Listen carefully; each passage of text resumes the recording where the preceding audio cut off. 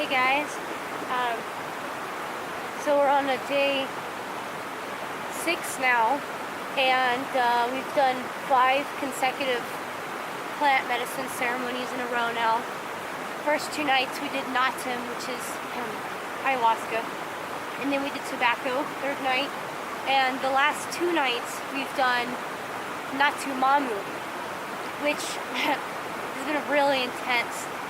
So Natemamu is when you take just the vine, and it's more watered down. It's not quite as condensed, but that doesn't make it any easier to drink. So in the Natemamu ritual, there's no plant added that has the DMT. It's just the ayahuasca vine, which has the MAOIs, the monoamine oxidase inhibitors.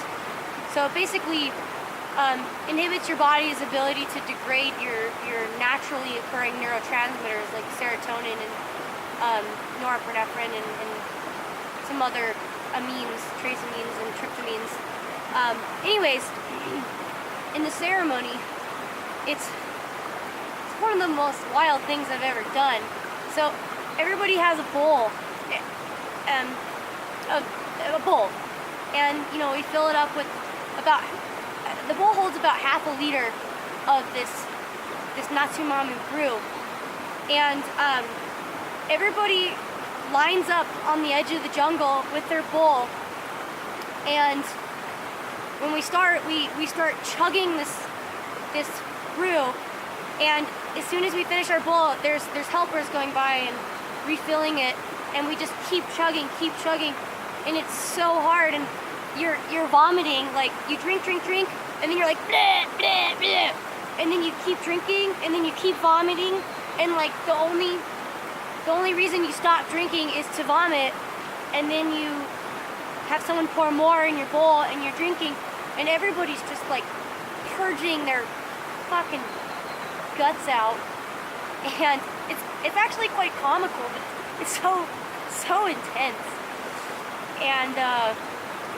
And there's helpers walking around handing you tissues and refilling your bowl and yelling at you to keep drink. Natemamu, keep drinking. Think, don't drink. Just drink. And it's like you really have to have them there to push you, because the effects of the medicine start to take on, and you start to get really high, and there's this buzzing, this zzz, sounds like there's insects in your ears, like zzz, and you're looking into the jungle, and you're vomiting, and your vision is starting to get all crazy, and you could see sound waves like vibrating across the sort of air, and drink, and you're like, oh, and you feel like you can't drink anymore, and yet you just keep going. And I mean, you drink bowls and bowls and bowls. Like, a really ambitious drinker could drink 20 liters of this brew. I probably didn't drink that much. I probably drank maybe 7 or 8 liters, but fucks, it's still so awful. But anyway, so I've done 2 nights of that in a row now, and so for about an hour you drink, vomit, drink, vomit, and finally you get to the point where you can't even stand up anymore. So then they bring you a chair and they continue to fill your bowl so you can keep drinking and sit down and vomit. And so then they ring the gong bell, and everybody's done drinking, and then you sort of stumble back to your bed, and then you just kind of lay down for the next 5 hours while the psychoactive effects of the medicine move through you. And it's really interesting, because it's very different than the Natem, which the ayahuasca with the DMT. It's not quite as heavy. It's actually a little bit more pleasant. It doesn't feel quite as like it's more like sedating. And one of the things that trips me out the most about the Natemamu, or the ayahuasca vine on its own, is the only thing making you high is your own neurotransmitters. It's not necessarily the plant. All the plant is doing is blocking your body's degradation of these neurotransmitters, and it's your own brain chemistry that's getting you high and creating these visions. And to me, that's fascinating, because it means that these experiences, they're coming from within you, within your body's molecules, your endogenous created neurotransmitters. And so that really trips me out a lot. You know, while you're on the medicine, there's so many fleeting thoughts, and you know, there's a lot of information and input. And I found with the Natemamu, it's a little bit harder to grab onto it and like consolidate it into a thought that you can take back to the world with you again, rather than with the Natem, with the DMT. It's like much more mental. You go, you know, you get a vision or a thought and you go, oh, okay. But with the Natemamu, it's more like heart-centered medicine. It's like I could feel the medicine working through me and energetically moving through me, but it's hard for me to like grab a concise thought or revelation from the experiences. Though I had a handful of sort of insightful things, you know, into myself, my own behavior and my relationships and what I want and blah blah blah. So yeah, I mean, it was pretty rough. The first ceremony, I purged pretty continuously for several hours, and I was falling over all over the place. And actually, plants kept catching me.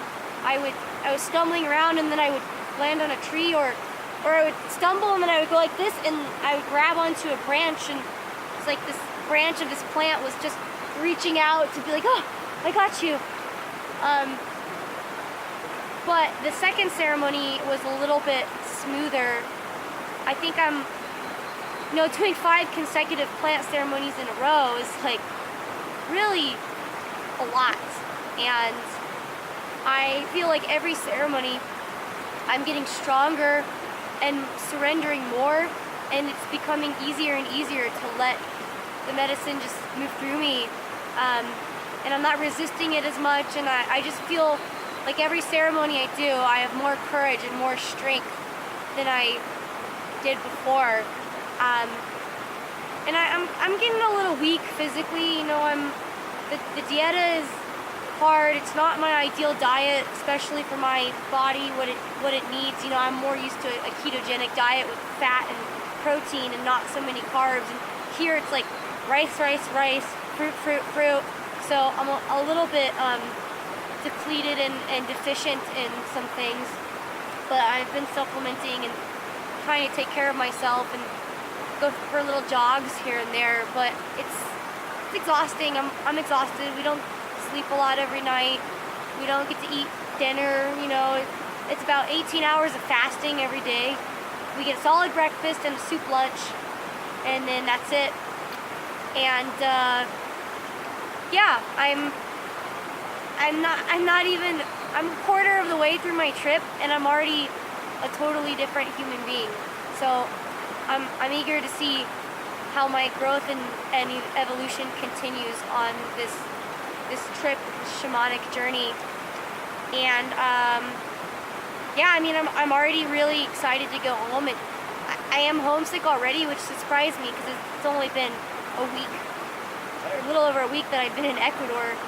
But I'm already so excited to go home and share my experiences and see all my friends and family and tell them how much I love and appreciate them, and spread the light that I'm receiving here and bring it back to the world. So I'll keep you guys updated, and I'll try to keep these interesting. So thank you again for following me on my spiritual journey through this.